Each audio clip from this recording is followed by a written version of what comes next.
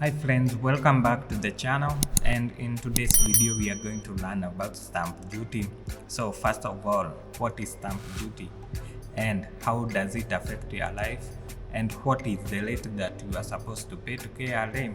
Is it 2% or 3% of your asset value? And what are the implications if one does not pay the stamp duty?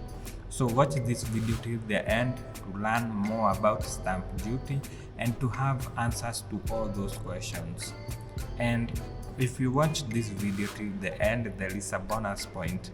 You will be able to file stamp duty on your Itax, on your own computer, everywhere on this world. So let's get started.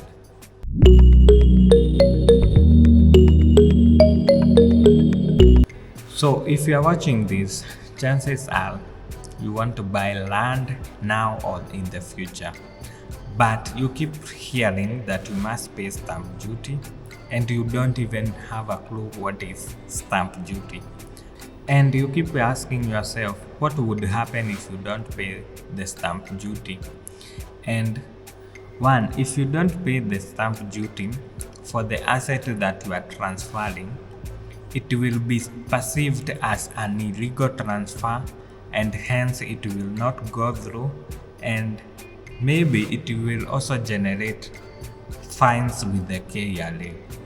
So that is why I created this video to provide more information about stamp duty, and this is a summarized version because I can't be able to condense the whole stamp duty act on one video. So what is stamp duty? Stamp duty is the tax that is levied on legal instruments such as check, receipt, military commission, marriage license, and land transaction and share capital duty.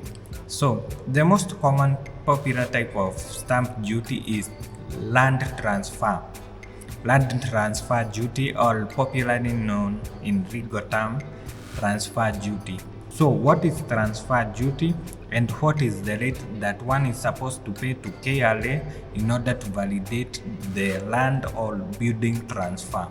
Also, we will introduce the other types of stamp duty, and let's start with the most popular one, and we will also define the rate you are supposed to pay to KRA for each different category or for each different type.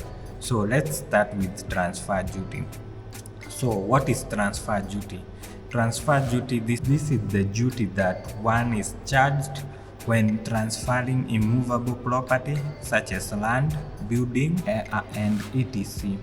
The rate that one is supposed to pay to Kenya is different, and it's categorized against maybe in urban or rural areas. In urban areas, you are supposed to pay 4%, and in rural area, you are supposed to pay 2% of the asset value.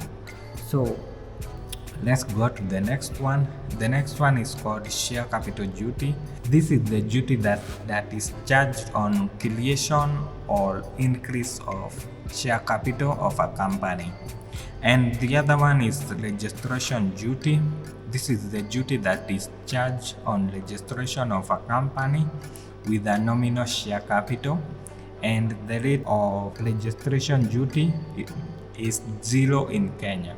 So the other one is security duty. This is the duty that is charged on transfer of marketable security and unquoted share, and the rate in Kenya is 1%. The other one is mortgage duty, and this is the duty that is charged on registration of mortgage, and the rate in Kenya is 0.05%. So the other one is the lease duty. Lease duty, this is duty that is charged on lease of immovable property for a term exceeding 1 year. The rate is 1%, and for a rate exceeding 3 years, the rate is 2% of annual rent. So what are the requirements for filing stamp duty? So in this video, I will just only outline the requirement for filing a transfer duty, and the other one I will provide them in the pinned comment or in the description. So what are the requirements needed for filing transfer duty? One is a duly completed and assigned stamp duty declaration form. Another requirement is a copy of sale agreement, a copy of title deed or certificate of lease, a copy of valuation report from a registered valuer, a copy of national ID or passport of buyer and seller, a copy of PIN or PIN certificate of buyer and seller, a receipt of payment of stamp duty. So in this video, I want to show you how you can generate a receipt of payment of stamp duty. So let's go into the computer and log into the KRA system, Itax. And in order to file for stamp duty using Itax, this is the procedure. To pay stamp duty using Itax, log into our Itax portal. Under payment menu, select payment registration. Then select the tax head applicable as agency revenue and subhead as stamp duty. Under payment type, select self-assessment and then payment registration. Enter bill reference number or transaction reference number.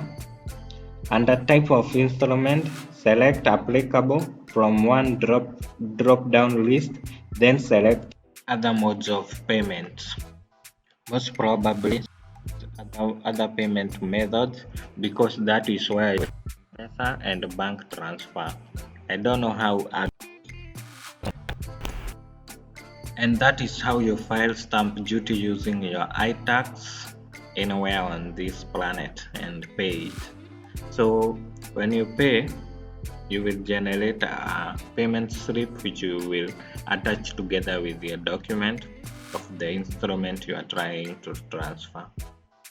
So after generating the stamp duty payment slip on Itax, what is the deadline for paying this payment to KRA? Payment and the required document are supposed to be submitted to KRA within a duration of 30 days after the registration was done on Itax. So we have come to the end of this video and you have learned what is stamp duty, how to file stamp duty on your Itax portal, and with this all information you can be able to understand the process when you are going to buy land, and someone cannot charge you a lot of money because you understand what you are supposed to pay. So for now, I'm pretty sure you are confident about stamp duty and you can now buy land. So for more information about stamp duty, you can log in into KRA website and learn more about that.